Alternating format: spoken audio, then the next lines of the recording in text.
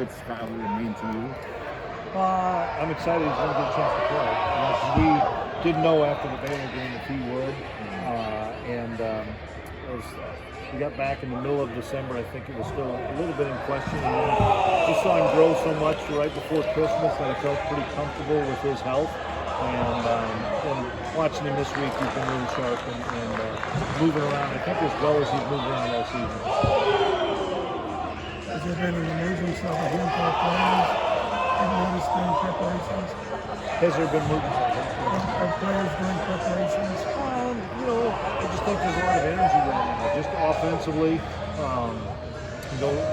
just doing some of the new things maybe that Coach Klein and the staff want to do. I think it's been a lot of fun for those guys. It's not wholesale changes, but there's a few adjustments that we're doing that guys are excited about. And then on defense, we're down a few bodies still on defense, but just trying to make sure we get the right people in the right places. We're excited. We think J-Mac should be able to play, practice the last 2 days, so that would give us a big lift if he can go. So Skyler just mentioned this is one of the most energized bowl preps he's been a part of. Despite the long layoff, what have you done to kind of keep this team focused? What has it kind of showed you? Well, the fact that we had a couple of weeks off and just practice on the weekend prior to finals and stuff, and then we had some really good work right before Christmas. And then it was the way the bowl landed and allowed us to send them home for Christmas and then meet back down here. I think it's just the fact that these kids really get along well.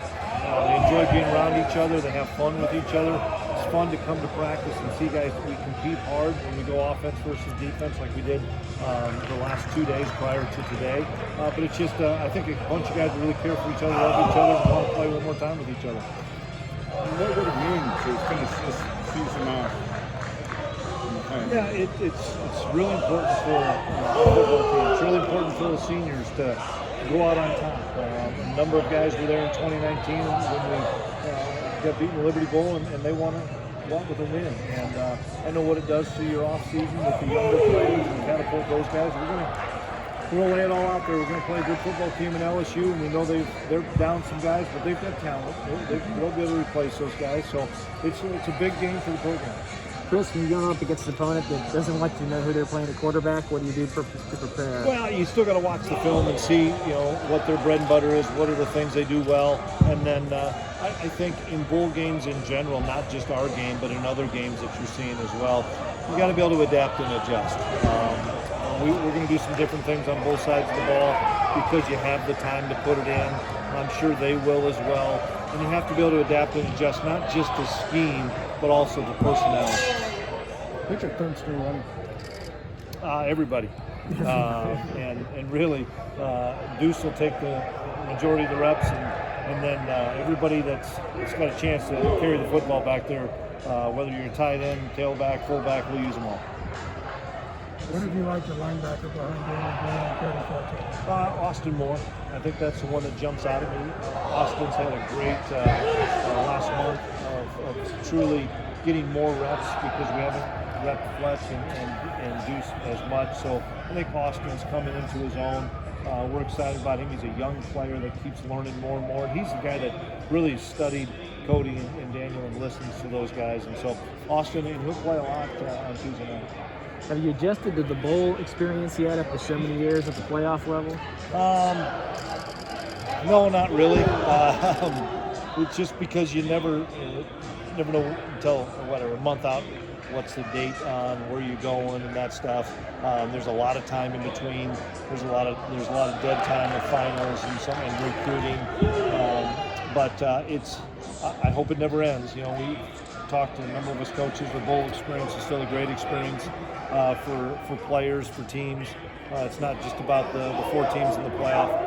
There's a lot of exciting games over the last few nights that I've been able to watch some, and it means an awful lot for those kids to play in bowl games. What does it mean having these kids here?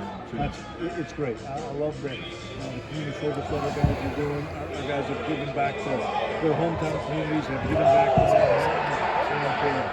hanging with these our players, with these young kids. It's fun to see and have those kids with smiles on their face, having fun, and our guys being engaged and really getting to know the kids.